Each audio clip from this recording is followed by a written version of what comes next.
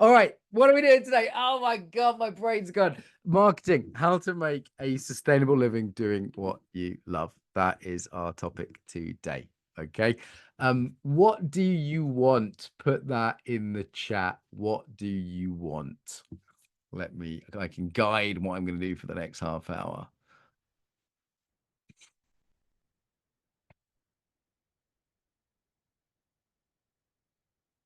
What do you want? In the words of the great guru, Mel B, tell me what you want, what you really, really want. And also tell me your job if we're going to talk about making a sustainable living.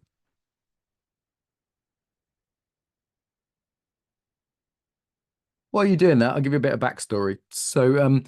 I haven't had a proper job in about 20 years. Okay. I remember when I was at university, I was studying Aikido and psychology and having a really nice life. And then I went to the careers fair at university. If you don't know what this is where all the sort of corporations put their tables out and they said, you should come and work for McDonald's or whoever. And I remember going around the career fair and just being like, fuck that. I don't want to do that. I really don't want to do that. And I realized I didn't want to work in a job that didn't mean a lot for me. I realized that for me, if I'm going to spend 8, 10 hours a day doing something, it has to be meaningful. Yeah. The problem I then found is that most things that are enjoyable and meaningful, that contribute to others, that are fun, that are aligned with my values, they're quite competitive actually, because lots of people want to do them, right? This is why, primary school teachers will always be paid less than, I don't know, merchant bankers or something, right? Is that lots of people want to be primary school teachers and not everyone wants to be, I don't know, accountants in a tax firm. Yeah. So what I learned was if I wanted to make a living doing what I love, it wasn't enough simply to be good at that thing. So I do embodied coaching. I teach embodied coaches. That's what I enjoy. That's what I do. I've done it for many years. I wrote the book on it. Um, I realized that if I was going to do that, I needed to learn some business skills.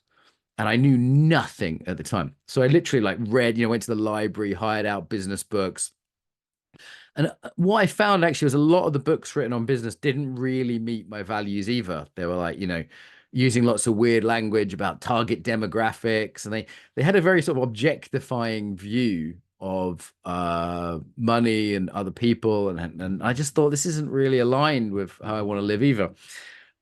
However, I did eventually find some people that were sort of people from the ethical marketing world, like Tad Hargrave or George Cow, Julia Chanteray in Brighton, people that I train with, people that I got coaching from. And I realized that you could actually make a living in a way that was, ethical, that was sustainable. The other thing I noticed is that my students of embodiment coaching kept asking me to teach that to them. And I actually realized, like, oh, it's a bit weird that I teach a course on coaching, but I don't tell people how to sell it afterwards. Yeah, I thought that's a bit off because they're paying all this money for a good course on embodiment coaching. Have a look, certificate of embodiment coaching. If you haven't done it, check it out. And then I realized I need to put a bit at the end. So we started to put a little bit on the end on how to, ethical marketing, how to earn a living doing what you love. And sometimes people would give me like standing ovations for that part of the course. And I'd find this really bizarre because I'm not a marketing teacher, right? I'm just a guy who's managed to keep his head above water for 20 years doing what he loves. And then I realized actually it's quite a thing to have kept doing what you love and not had to get a proper job. And I'm not going to lie to you, there is no Lamborghini parked outside my house. Okay. So if you're looking for the get rich quick scheme, Andrew Tate probably has one. I do not have one. What I can say though is I've kept in business myself and I've coached quite a lot of my mentees. I have a mentee program for Keck graduates to earn a living. Um, does that make sense as a kind of framing? So with you, what's your story? I want to read your comments here. So thank you for those of you on camera. Um, yeah, like what are you wanting? Greece, martial arts. Oh, cool, Vlad. Nice to hear. Yeah, interesting. And we've got a couple of Greeks here today. Three Greeks here today. Virginia, do you want to give a Kalimera to everyone? What's with the Greek mafia today? Mm, okay, it's gonna be Greek jokes. It was Italian jokes last time, then Greek jokes today.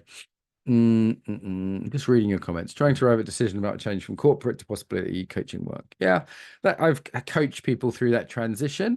There's different ways to do it. There's no perfect way to do it, but there are a few ways I could help you with. What makes it sustainable? Yeah. Yeah. Make money while living my own values. Like Amrit said it. I mean, that's the key thing, right? That's the key thing. I think we all want to do. Um, Sometimes what I do with people is I identify what I call Jedi versus Sith marketing. So we have to identify what do I not want to do first. So if you don't know Star Wars, one, where have you been the last 30 years? But two, the Sith are like the bad guys. Okay. So we can look at this as like good and bad marketing. So what are some of the things you don't want to do in marketing? Let's put those in the chat and stay away from them. That makes sense? What are some of the things you don't want to do? You don't want to. Jedi versus Sith. Uh, Here's a basic question. Can marketing feel good? So let's see what feels bad, first of all. What are some of the things we want to avoid if we're going to be living according to our values? This would be a useful thing, right?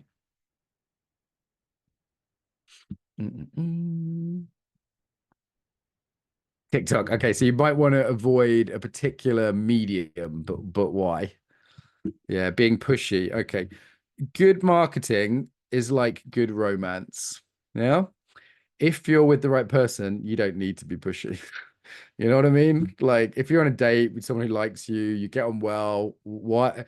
Or imagine this, right? Imagine if I had to like hard sell sex to my girlfriend every time. If I was like, I'm amazing in bed, please sleep with me. This is the best thing ever. Get it now, special offer. She'd just be like, well, this is weird. I'm your girlfriend. I'm here because I like you. Yeah, like it wouldn't be necessary. It's not necessary. So that's often to do with not talking to the right people who aren't a good fit. It's just really, really key. Yeah, it's really. Did that analogy make sense? Hope it wasn't too explicit. Yeah. Um, I think marketing's more like cats than dogs. Cats will jump onto your lap and be stroked when they want to be stroked. Yeah, that's more like customers. But you do need to show that you have a lap, you have a place available. I think of marketing. What is marketing? What is marketing? If it's not like tricking people, manipulating people, if it's not using weird language like targeting, demographics, what are we talking about? We're talking about letting people know how you can help them. That's it. That's it. Yeah. So if someone said, I'm a coach, I could say, I could teach you how to work with the body more effectively and safely. I don't have to feel weird about that because I've done it that many times. I'm not nervous about it. I don't have to be pushy about it. I could say, look, this is what we do. This is, I could tell you what it involves, or I could show you someone that had a good experience, but it wouldn't really make much difference to be pushy.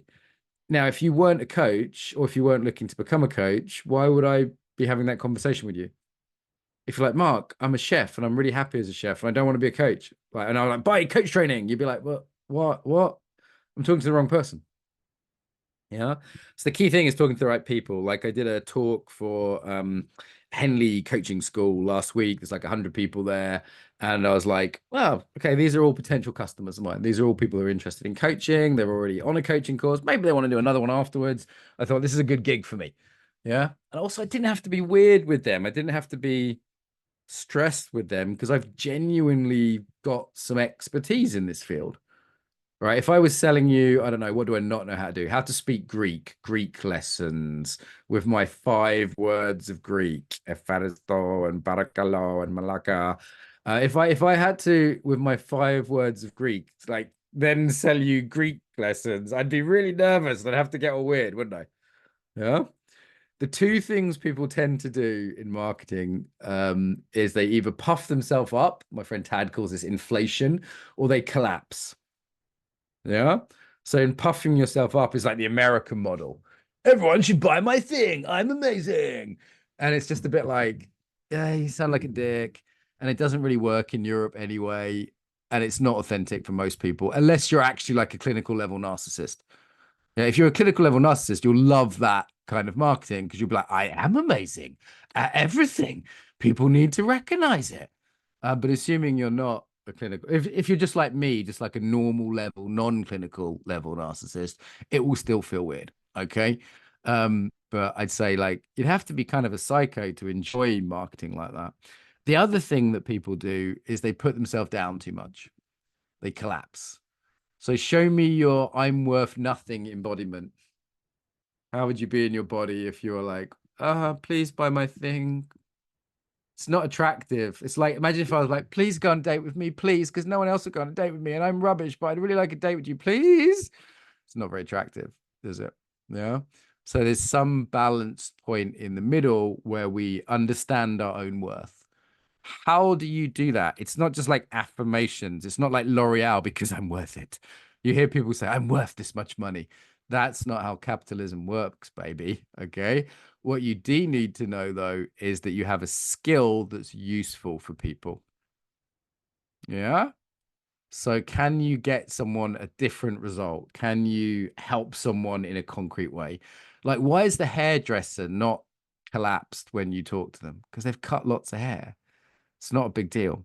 Yeah, if you're a new coach, you need to build up your experience, right? And you might be nervous, and that's fine to be nervous because you're starting out. That's appropriate, right? And you might give half price sessions or free sessions just while you're starting out because you shouldn't really be charging full rate if you don't know you're pretty good at this thing. Yeah. So for me, if I do, I don't know, a workshop for coaches, I'm a bit excited to be there, but I'm not particularly nervous because I know I can do that thing. You with me? Okay, it's a psychological thing. Another one we came up this morning that I said it's worth getting rid of. People often say, I'm putting myself out there. That's a horrible framing. You're not trying to put yourself out there. It's like standing naked with your cock hanging in the breeze off the edge of a cliff. I don't recommend it. Okay. It's not a nice image. Some of you are imagining that now, you weirdos. I rather than saying put yourself out there, I would say, how do you find people who want to find you? Yeah, like I spoke to someone yesterday. They'd already signed up for Keck, and I said, "Oh, do you know you're in Belgium? I'm doing a live workshop in Amsterdam in December." And they were, "Oh, I didn't know about that. Oh, when is it? Oh, send me the link." No hard sale necessary. They just didn't know I was doing live workshops because we don't publicize it that much. And they were like, "Well, tell me about it." Yeah, it's like, okay, well, it's in December. Here's a link. See you there. End of sales. Yeah. Yeah, it's sometimes a bit more complicated than that. Sometimes people need to be talked through something and given some information. But if the fit is right, you don't need hard sales. So let's talk about the fit. Who's a good fit for you and your work? Might be several kinds of people, but here's the wrong answer. It's not everyone. So if you like slim Greek girls who are slightly mad and pagan, I know a girl for you. Okay. But if you're into slim Greek girls who are a little bit wacky and they're excitable and passionate and very loyal, I've got just the perfect girl I can set you up with. Okay. But if you're not into that, you're just not into that. Some people say, no, my last girlfriend was Greek and she was crazy. She was crazy. I'm never dating a Greek girl again. Yeah. I don't know what accent that is. Okay. This is Virginia, by the way, if you don't know. I'm trying to set you all up with Virginia. Are you single right now, Virginia, actually? Are you single? Are you single? All right, great. So if I was trying to match make, I wouldn't go, oh, Virginia's for everyone. I'd say, how do you feel about people that are into like paganism and alternative and they're quite excitable? And someone might say, oh, that sounds really cool. Or they might say, it's not really my thing. I'm looking for someone who's really calm. Uh, okay. Who's a good fit for you? Yeah. So if you're mass message sending people, it's not a good fit, is it? We actually we have a big list, but we try and segment it. We try and send people emails they might be interested in. It's always a guess, right? But we're trying to do that. Hmm. So who's a good fit? None of you have told me who's a good fit for you. Do you not know? Okay, should we do the dating version? Who's a good fit for you in dating? Okay, you can put like my wife if you're married, that's fine. So, but what made her a good fit, right? The business or the dating version so you can learn the principle. If you are single, we might be playing matchmaker here. What made your partner a good fit?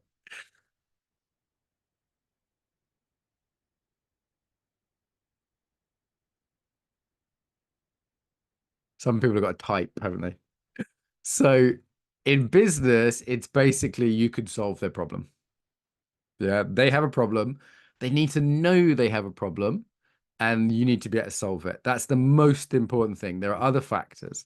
So sometimes talk about niche, which is the problem you solve for who. Now, there could be other things in that, like when you do it, like this one massage person who works on a Sunday in my town, one. All the others are like, oh, can you come round at 11 a.m. on a Tuesday for your massage? No, I'm working. Obviously not. Who are your clients? Rich mums, I think, are their clients. Yeah. So it's like, but for me, it's like that woman that does the massage on a Sunday. I'm like, brilliant. Yeah, that's the only time I'm free. But the main thing, rather than like timing, styles in there. Like if you want to do embodiment coaching in a way that's really serious and a bit Californian, you should go to Strozzi in California. He's very good. Okay. Stacey Haynes, who trains him, is very good. Tessify there is very good. They're not going to give you jokes. It's going to be way more serious and way more Californian style. You know, that is just not my student's cup of tea. Someone else might be their cup of tea. That style, though, to be honest, we both do the main thing, which is if you're a coach, we can train you to work effectively with the body. Like simple. That's the main thing. It's like if you've got a leaking toilet, what's the main thing that a plumber can fix it? Right? Does it make sense? If you try and say you're everything, you will be nothing. You're a butcher's that's also a hairdresser's. Does that sound good? All right. What's the best hairdresser? Here's my favorite hairdresser. It would be called Shut the Fuck Up Hairdresser. Here's how it would work. They'd come in, I'd tell them the haircut I want, and they wouldn't talk to me for the next half hour as they cut my hair. If it was called the silent hairdresser, I would go to that. Yeah. Some other people, their favorite hairdresser might be chatty hairdresser or hairdresser that does really well with Afro Caribbean hair or punk rock hairdresser or hairdresser for hippies or dreadlock hairdresser. Do you see what I mean? Yeah. So unless you're in a really small town and there's just one hairdresser, like you need to niche. Yeah. Like there was in Brighton, which is nearly all white people, there was still two black hairdressers. Yeah. Why? Because it's slightly different skill set, slightly different experience, slightly different vibe. And I guess black people felt more comfortable in those hairdressers. And there was two of them in Brighton that were like permanent, there for years. Yeah, they had a niche. Okay. So you wouldn't have thought that would necessarily be the case in a town with the demographics of Brighton. But it was. Yeah. Cool. Uh, uh, uh, uh. So who's a good fit for you? Yeah, people pleasers. So uh, if that became your niche, you could work with people pleasers. Sometimes your niche is what you used to be. Yeah. It's not your problem you're having now, though. Okay. So there's a nice saying, coach from your scars, not your wounds. Yeah. Sometimes people are like, I'm going for a divorce, so I'm going to be a divorce coach. I'm like, give it 5 years. Okay. Yeah, like, I'm 20 years sober. I could probably coach people around drug addiction. I don't, it's not my niche, but I can. I sometimes help people out because I'm experienced, but it's not like I got sober last week and I'm, at risk. It's like I've got loads of experience in that area. Yeah. Sometimes it's just the clients you really like working with. Don't make the mistake of getting a niche you don't really enjoy. So a good kind of way of looking at this is if you had to work with mostly these clients the rest of your life, would you be okay with that? Like Vlad teaches martial arts, right? Well, does he want to teach, female self-defense? Does he want to teach, cage fighters? That's a very different demographic. Yeah. Does he want to teach father and sons family classes? Very different. And that's going to be a very different life he has. There's a guy on YouTube called Brett Contreras. He's a strength trainer. You know what he specializes in? Bums. He's the glute coach. He spent his entire life getting people big booties. That's his thing. My guess is he enjoys his work. It may be he doesn't enjoy his work though. It may be he's like, oh, I can't see another bum. I don't want to look at another bum. Yeah. So like he's got a very specific niche. That's very different than someone else who's I don't know, a strength coach for powerlifters. Yeah. A particular sport or a strength coach for cyclists. injury prevention for cyclists. Does this make sense? Yeah. So who you help with what? And Can I I think, ask? oh, did someone just jump in? I wouldn't mind if people put their hands up for asking, just so as not to interrupt or stick it in the chat. Who was that? Yeah, you can ask, but I prefer hands. Who was that? I heard a question. All right, type it in the chat if that was you. I'll continue. I will make time for questions in about 10 minutes as well. So if you've got questions, don't worry. There will be Q&A time coming up. Okay, so we differentiate that we want to do Jedi marketing, not Sith marketing. That means that you don't have to be evil. Yeah. Marketing is telling people how you can help them. In fact, not marketing is evil. Not marketing is evil because it means you're not telling people how you can help them, which is just kind of mean, right? So what are we doing? Yeah, that's another thing I say to my students. Jedi marketing is just effing do it. So the biggest problem most of my kind of hippie friends have with marketing is they're just not doing any. Yeah. This is what to avoid. There's a bigger lesson here. I mentor people for quite some time around this. Yeah, I'd say a good way of looking at marketing is relationship building. So when you hear about funnels, that's what people are talking about. Long-term relationship, one step at a time, building trust. None of that's unethical. Like some of you guys, actually, I talked to my mentees the other day. I said, "How long did you know me before you became a mentee?" And the average answer was 1 to 4 years. Yeah. So they maybe listen to the podcast. Like this woman who signed up for Keck yesterday, she said, "Oh, I've been listening to the podcast for like 2 years. And, I was burnt out, but now I've got my energy back and I want to sign up to be a coach." I was like, great. I didn't have to hard sell her again, right? She'd been listening to my podcast. She knows my style. She knows what I do. Um, it's got to be the fit, right? Like this couple, they just look perfect. I don't know, maybe that's just all in my head, but it's got to be a good fit. If you and your customer are a good fit, marketing is love. Marketing is love. If you and your customer are a good fit, not everyone's a good fit for you. There's loads more I can tell you, but that's niche. The problem you solve for who, and it's kind of how you do it as well, your style. Tad Hargrave could teach you more about that. He's very good on that front. There's loads of different niches out there, though, right? Like Blue Box Counseling is one I came across years ago. Is a woman who's a therapist, but she's a therapist for geeks. Yeah. So on her website is just like her in a Game of Thrones throne, Star Wars references, Lord of the Ring references. Now, if you're a geek and you have mental health problems, you'd look at that website and go, brilliant, this is for me. Yeah, I thought it was a really nice example. Okay. Everything you need to know about marketing in a nutshell. Why you're selling your thing. Do you love it? Does it come from the heart? What do you sell? That's how it helps people. Stop talking about your modality. No one cares.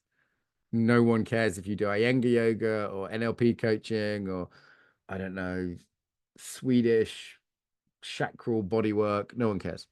What they care about is the benefit for them. Everyone got that? If you just take that away, you'll have fucking had a really useful half hour. What is the benefit you are selling? What's in it for them? Who you're trying to target? Like, I'm started working with young men and they need a very different type of YouTube channel than our normal target group, which is more like middle-aged people, particularly middle-aged women. Very different style, where and when, not so important. But the key thing about where is like where, actually it is important in this sense. Where are your customers? People say, should I have an Instagram? And I'm like, well, are your customers on Instagram? Right? Like a lot of my customers are on LinkedIn because they're coaches. Yeah. So we've started making more attention on LinkedIn. I never used to have a TikTok, but now I'm working with young guys. I'm like, oh, I need a TikTok. Annoying. Yeah. So it's where are your customers? That's the important thing. Do they read certain magazines? Do they hang out in particular places? Where would you meet virtually or in real life your customers? That is marketing, understanding that. If you're not somewhere, and I mean, literally or virtually online, where your customers are, like, how are you ever going to become customers? It's like saying, I want to find a boyfriend, but I'm going to stay alone at home all day. You're not going to meet anyone. Yeah. First step, get out of the house. Where did you guys all come across me, first of all? What was the initial point of reference? Like, this is the question that you often get asked when you buy something. It's basically feedback, right? Like, where did you first come across Mark or Embodiment Unlimited?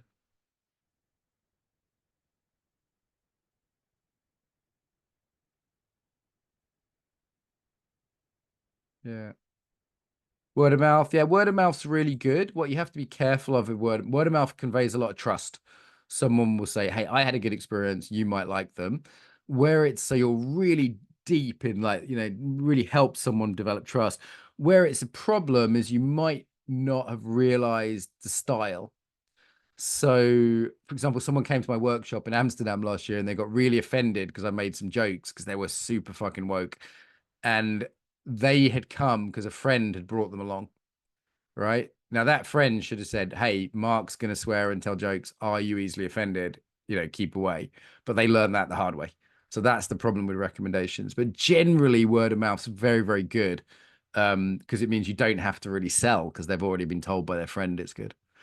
I mean, who would you believe more if Virginia said, "I'm the best lover in the world," or if me as her friend had said, "I've heard from everyone that Virginia's just an amazing lover. You should totally go out with her. She's just like a goddess in bed. She's amazing." Like you'd believe it much more from me, right? Because she's not hyping herself up. Yeah. Hopefully for me. Facebook friends, word of mouth, Instagram. So with us, it's different sources through some conference. Yeah.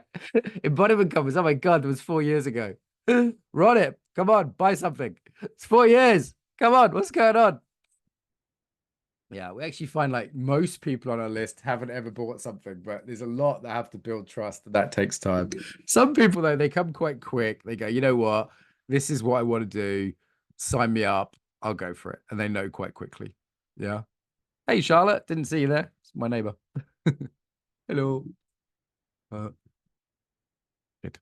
All right, we're at half past. This has been a bit of a mad run through of marketing. Time for questions. You have good. Uh, Any questions? I think there was one from Vlad earlier. If you want to type it, Vlad, if you're having bad signal, I don't mind. Key takeaways. No, you don't have to be pushy if you know who you're selling to. You don't have to be under or overconfident if you know what you do has a result. That being said, some people need embodied coaching to help with that because people are still neurotic. You don't have to be weird and pushy, it's particularly if you know what I'm doing, how it's going to help people. You do need to meet people. You do need to have a way of building trust. Yeah, like an email list is that way, right? Some way, like maybe you do a Facebook ad, you go, right, people sign up for a free ebook, it's low trust needed for that because it's free. Then they get emails and they come to a summit or an event. Eventually they go, "You know what? I'm going to invest in training." Yeah. So that's normally it's called a funnel. I don't really like that term, but it's a way of building relationship with people. Yeah. I said there's some people they just take one look at it, goes exactly what I want, and then I don't need years and years of work. No questions at all? Is your marketing perfect? Another takeaway, do some marketing. Yeah. Like today, this is my marketing. We're like doing a free thing. It's not a big deal. I'm just hanging out with Virginia. It's nice and relaxed. It's not a big stress. Yeah. Like, fine. Yesterday I was making YouTube videos. Day before I was making podcasts. Like most days I do some marketing, but most days it's not something I hate. Some people say to me, "Oh, why isn't my business very successful?" I say, let's see your diary. Get your calendar out. Okay. What have you got lined up this week that's about marketing? If the answer is nothing, then man who wait for roast chicken to fly into mouth, wait for long time. Chinese saying. I used to do that in a Chinese accent, but it sounds racist for some reason. Yeah. So no, I just do it in my voice. So yes, if you're expecting a roast chicken to fly in your mouth, it won't. You also have to do experiments. Some people, "Oh, I tried Instagram." I'm like, "Did you try it for 90 days, posting every day? How many books did you read on it to make it better?" I haven't got it with me actually, it's downstairs, but I'm currently reading a book on YouTube optimization, like a book that thick. Yeah. It's like I'm probably going to do a course just on designing thumbnails for YouTube, like 10-hour course, just for the little picture on the front of the video. Yeah. So I identified that's a really important thing. So I'm like, okay, if that's a really important thing for YouTube, then I need to do a course on it. Yeah. Is that a question? No. Okay. Yes. So if you want to learn more about marketing, we have a course on ethical marketing, including way more depth. You can see from my slideshow. This is a slideshow for like, I think it's like not even a quarter of what I teach. And we haven't covered, it didn't cover the sandwiches. I love to talk about the sandwiches. Niching, marketing as tantra, we haven't covered. Marketing as life skills, we haven't covered. Niching is a whole thing. Copywriting, we haven't covered.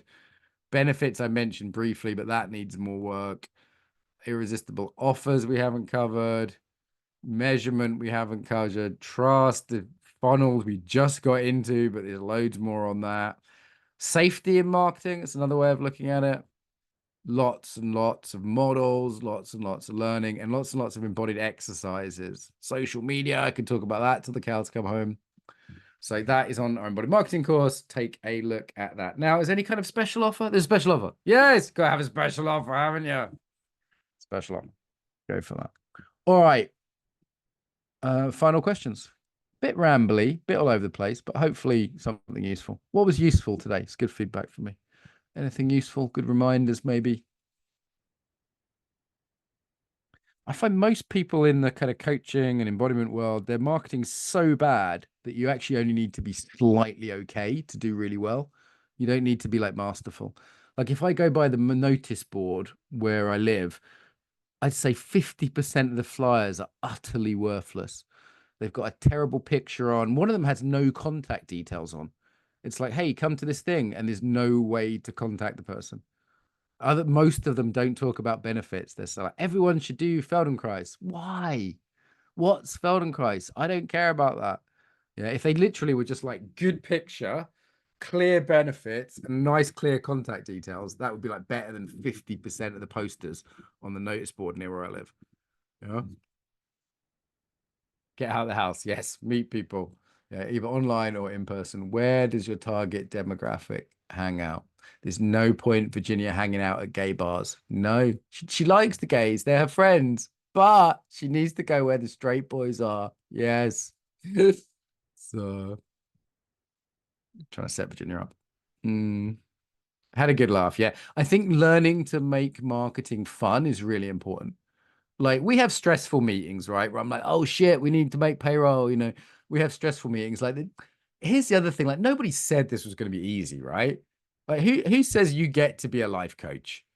Like most of your ancestors were like potato farmers and peasants, and I don't know what were they doing in Greece, fishing or something, right? They were doing something like dying in wars with the Persians, some shitty thing, getting stabbed.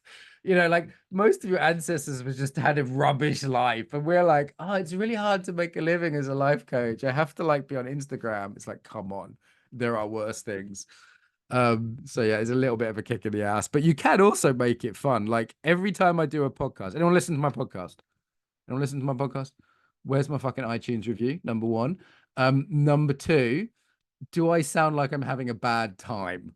Like, would I have done 650 podcasts if I was having a bad time? This woman yesterday signed up for Keck. She's like, I listened to the podcast for 2 years. I'm like, oh, cool, because I've been enjoying it. Right? I just talk to interesting people. It's fine. Yeah.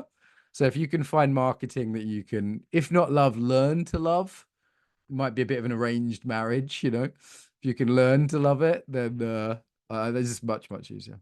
Yeah, I tried to make things fun. Good. Good.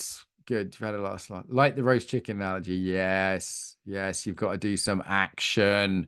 You've got to do some action. What you'll actually have to do is you'll have to try a bunch of things sufficiently, not like for 2 minutes, and some of them won't work. Yeah. Some of them you'll go, you know what? This isn't helping. I'm wasting my time. But others you'll go, wow, this is great. Yeah.